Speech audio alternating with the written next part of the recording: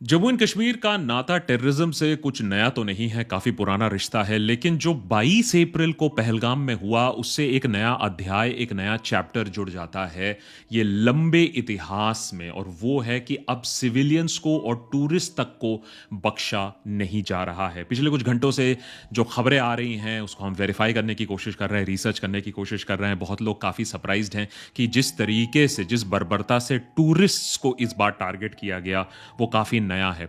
जो हमने रिसर्च करके देखा, जो बहुत लोग कह रहे हैं कि रीसेंट मेमोरी में the worst terror attack on civilians है, हमने जो खंगाल के देखा 25 साल में ऐसा सिविलियंस के ऊपर टारगेटेड अटैक हमें जम्मू एंड कश्मीर में नहीं दिखने को मिला है। 2001 में जम्मू एंड कश्मीर की स्टेट लेजिस्लेचर पर जो अटैक हुआ था तब वहां सिविलियंस मारे गए थे। 2006 में डोडा पर जो अटैक हुआ था वहां 25 के आसपास लोग मारे गए थे। अभी यहां 28 की बात हम ऑलरेडी कर रहे हैं जो पहलगाम में हुआ। 2017 में मेरे ख्याल से अनंतनाग अमरनाथ यात्रा जो यात्री थे उन पर अटैक किया गया था, 8 के करीबन तब मारे गए थे। लेकिन ये एक नया अध्याय इसलिए अटैच हो रहा है क्योंकि 28 अभी जो डेथ टोल है, रात के 12 बज चुके हैं। डेथ टोल जो अभी हमारे पास हैं, जो आंकड़े अभी हमारे पास हैं, वो 28 का आंकड़ा है। 2 फॉरेनर्स भी इसमें शामिल है। मैं आपको छोटा सा एक क्लिप दिखाना चाहूंगा जो शायद आपको ये बयां कर दे कि वो कितना भीषण था। और ये ऐसा एक क्लिप है जो एक्चुअली जो ग्रूसम क्लिप्स है वो भी नहीं है। ये छोटा सा एक क्लिप मैं आपको तब भी दिखाना चाहूंगा। उमरा चलना यार। ओए था कोई दिसता जहांगीर तो यार बिहारियां पीछा जुलदे यार तू मौत ही कसम इधर ही है।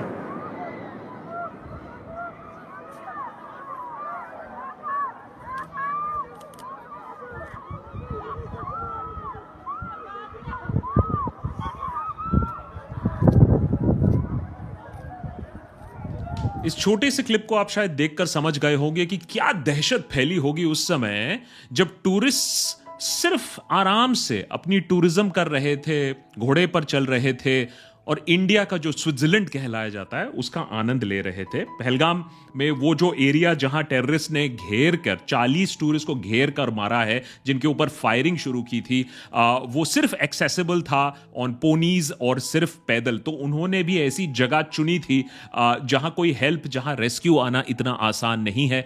सिक्योरिटी क्यों नहीं थी वो अपने आप में एक सवाल है, उस पर अभी हम आते हैं।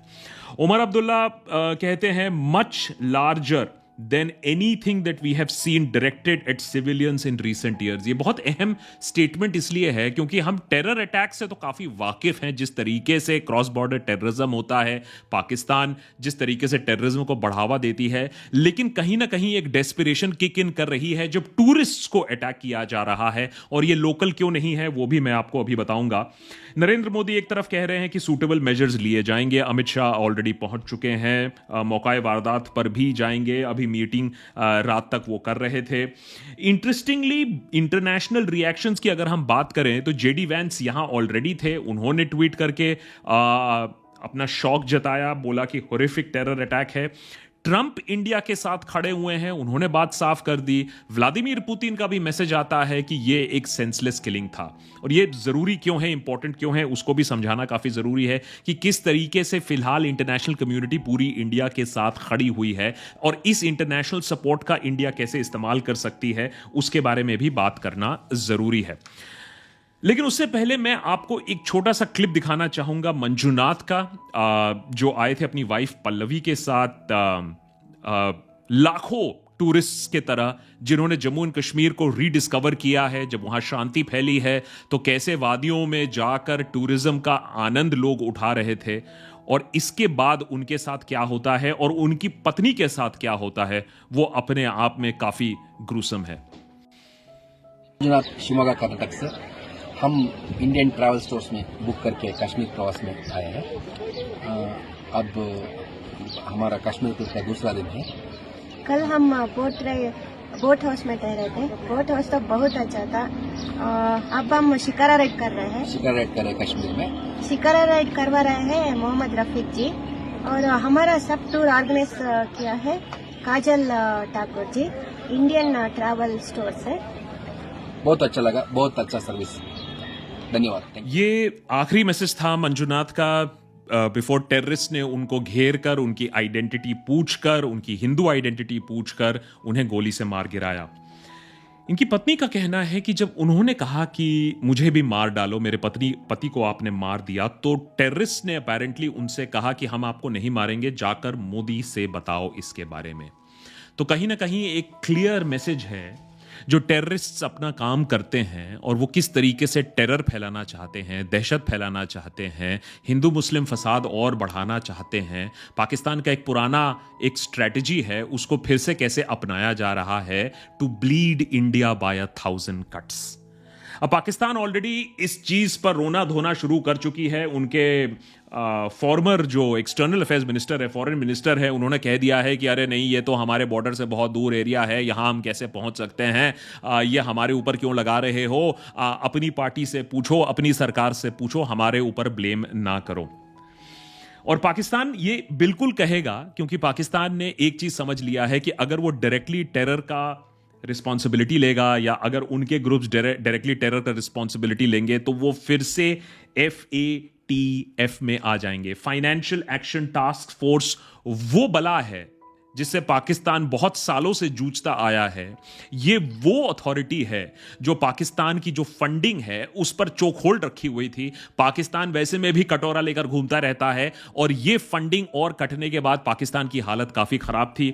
ये सिर्फ 2022 में ऐसा हुआ है, FATF से पाकिस्तान के ग्रे लिस्ट से पाकिस्तान को निकाला गया कि कहा नहीं, पाकिस्तान ने काफी एक्शंस लिया है, टेरर फाइनेंसिंग को रोकने की कोशिश की है, मनी लॉन्ड्रिंग को रोकने की कोशिश की है, नहीं तो इंटरनेशनली पाकिस्तान की और भी ज्यादा बेइज्जती हो रही थी, उनको टेरर स्टेट भी डिक्लेयर करने वाली ही थी इंटरनेशनल कम्युनिटी, वहां से बाल बाल बचे हैं।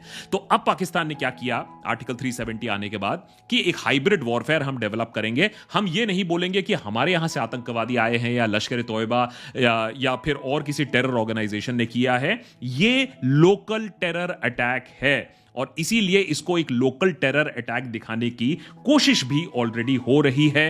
TRF द रेजिस्टेंस फ्रंट जिसे बोला जा रहा है, उसने अपेरेंटली ये रिस्पॉन्सिबिलिटी लेने की बात की है।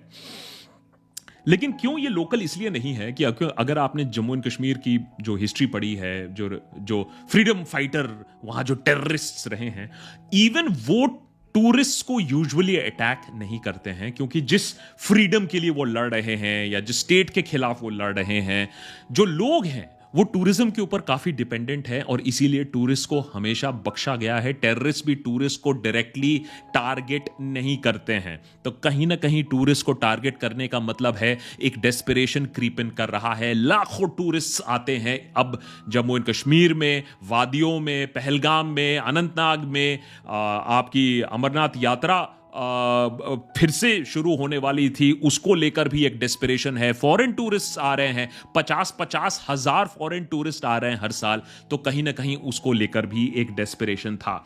और इसी डेस्परेशन के चलते हमने इस तरीके की बर्बरता देखी है जहां टूरिस्ट को आइडेंटिटी कार्ड देखकर, नाम देखकर मारने की कोशिश हुई है। और जो नाम देखकर मारने की कोशिश हुई है, इसको हल्के में मत लीजिएगा, क्योंकि ये जो हिंदू मुस्लिम फसाद है, ये पाकिस्तान को अच्छी तरीके से मालूम है कि अगर मैं टारगेटेड किलिंग करूंगा तो कैसे हिंदू मुस्लिम फसाद हमारे देश में और बढ़ेगा। सवाल है कि क्या भारतीय इसे एज एन इंटरनल अटैक देखेंगे या एज एन एक्सटर्नल अटैक देखेंगे? क्या हम पाकिस्तान की चाल समझेंगे और यह समझेंगे कि वो हमें 1000 कट से ब्लीड करने की कोशिश कर रहा है, हमारी जो रंजिशें हैं उसको और बढ़ा के हमें ब्लीड करने की कोशिश कर रहा है, या फिर हम उनके प्लान का शिकार हो जाएंगे? वो उसका जवाब देना भी काफी जरूरी है। लेकिन ये जो फ्रंट है, ये जो TRF है, ये क्या चीज है? इन्होंने, और ये कंफर्म नहीं है, फर्स्ट फ्यू आवर्स है, इसको कंफर्म नहीं किया जा सकता है, लेकिन सोशल मीडिया पर एक मैसेज जो वायरल हो रहा है इस समय, और वो TRF के तरफ से ये जो मैसेज आया है वो कहता है more than 85,000 domiciles have been issued to non locals creating a pathway for demographic change in Indian occupied Jammu and Kashmir. These non locals arrive posing a tourist obtain domiciles and then begin to act as if it's their own land. Consequently, violence will be directed towards those attempting to settle illegally. तो एक नया front खोलने की कोशिश हो रही है, us versus them की लड़ाई में एक नया अध्याय खोलने की कोशिश हो रही है कि अब जो बाहर से आएगा, और ये तो कोई सेटलर भी नहीं थे, ये तो टूरिस्ट थे, तो आप क्या कहने की कोशिश कर रहे हो या किस वजह से टेरर स्प्रेड करने की कोशिश कर रहे हो वो साफ दिख रहा है। और ये टीआरएफ वैसे में भी ऑनलाइन रिक्रूटमेंट में बिलीव करता है, नारकोटिक सप्लाई करता है पाकिस्तान से। तो ये बेसिकली लश्कर तोयबा ही है। अब समझ लीजिए कि देसी कपड़े पहनकर लश्कर तोयबा घूम रहा है। और रिक्रूटमेंट की अगर हम बात करें तो कहा जा रहा है कि 2 लोकल्स इन्वॉल्व हैं और 6 से ज्यादा जो टेररिस्ट हैं, 5 से 6 जो स्नीक इन करके आए थे पाकिस्तान से कुछ ही दिन पहले, उन्होंने इसको अंजाम दिया है।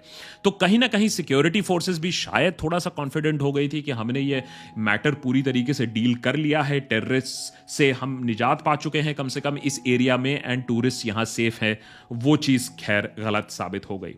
लेकिन अब इंडिया इस पर कैसे रिस्पॉन्ड करेगा, यह काफी जरूरी इसलिए है क्योंकि रिस्पॉन्स मिलिटरीली है और रिस्पॉन्स पॉलिटिकली है। मिलिटरीली खैर हमें कोई प्रॉब्लम नहीं है, हमें अपने फोर्सेस पर काफी यकीन है। प्रॉब्लम है कि हम इसको पॉलिटिकली कैसे डील करेंगे। अगर यहां ऑलरेडी काफी कॉल्स आ चुके हैं, काफी ग्रुप्स आ चुके हैं, अपने आप को नेशनलिस्ट कहलाने वाली ग्रुप्स आ चुकी हैं जो इसको प्रोटेस्ट करना चाहते हैं, करिए प्रोटेस्ट। ऑलरेडी हमने कुछ प्रोटेस्ट श्रीनगर में देख भी लिए हैं। लेकिन क्या पाकिस्तान अच्छी तरीके से जानता है कि ये जो प्रोटेस्ट होंगे फिर ये रीजनल से जाकर एंटी पाकिस्तान से जाकर ये कम्युनल दंगे बन जाएंगे? पाकिस्तान तो यही चाहेगा कि ऐसे प्रोटेस्ट हों, लोग भड़के और ये कम्युनल बन जाए इन नेचर, जिससे टूरिस्ट को मारने का जो असली मकसद है, आईडी कार्ड देखकर मारने का जो मकसद है, वो कम से कम सफल हो जाए कि लोग आपस में ही एक दूसरे को मार दे। अगर एक भी इंसिडेंट वायलेंट होता है, एक भी प्रोटेस्ट वायलेंट होता है, तो फिर समझ लीजिए उन लोग पाकिस्तान का समर्थन कर रहे हैं। ऐसा प्रोटेस्ट पाकिस्तान का समर्थन कर रहा है। इसलिए सरकार को शायद इस समय ऐसे प्रोटेस्ट की परमिशन ही नहीं देनी चाहिए जो कि कम्युनल इन नेचर बन सके। दूसरी ओर मिलिट्री जो लैंड फोर्सेस है, surgical strike, aerial surgical strike, वो अच्छे से ऑलरेडी करके दिखा दिया। लेकिन याद रखिए वो पुलवामा का जवाब था, वो उरी का जवाब था। यहां एक नया डायमेंशन खुल जाता है। जिस तरीके से बर्बरता से सिविलियंस और टूरिस्ट को मारा गया था, इनका कोई प्ले ही नहीं है। ये तो लोकल्स भी नहीं है, आर्मी और सिक्योरिटी फोर्सेस तो छोड़ो। तो कहीं एक जो मॉरल ग्रैंड स्टैंडिंग होती थी कि हम स्टेट के खिलाफ लड़ रहे हैं, अब वो डेस्पिरेशन आ गई है, मर्सनरी है, जो मुझे मिल जाए मैं उसे मार दूंगा। अगर पाकिस्तान का इन्वॉल्वमेंट सरकार क्लियरली इंटरनेशनल कम्युनिटी के सामने इमीडिएटली रख सकती है, इन लोगों को पकड़ सकती है, तो फिर क्लियरली कोई रेड लाइन नहीं रह जाता है। माने सिर्फ हमें टेररिस्ट को मार गिराने की जरूरत नहीं है, हम इंफ्रास्ट्रक्चर पे अटैक कर सकते हैं। हम पाकिस्तान से बोल सकते हैं कि लश्कर तोयबा, जैश के टेररिस्ट हमें वापस दो, नहीं तो हम तुम्हारे ऊपर अटैक करते रहेंगे। तो कहीं ना कहीं एक डिसप्रोपोर्शनेट रिस्पॉन्स की अब दरकार है। यह नहीं कि तुमने हमारे ऊपर अटैक किया, तुमने हमारे बेस पर अटैक किया तो हमने तुम्हारे टेररिस्ट के हाइड आउट उड़ा दिए। अब एक प्रोट्रैक्टेड, प्रोलॉन्ग, डिसप्रोपोर्शनेट रिस्पॉन्स की जरूरत है।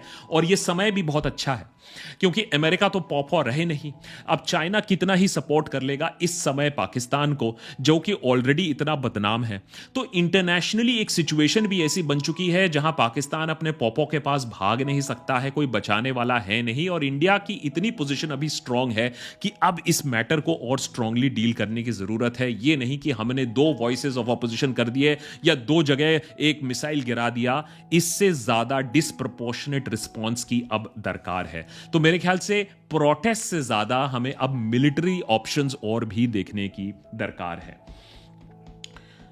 साथ साथ हमें एक चीज और फाइनली मैं बोलना चाहूंगा, जिसके बारे में कुछ लोग दबे स्वरों में बात कर रहे हैं, लेकिन जिसकी बात करनी चाहिए, और वो है कि गलती हमसे भी हुई है।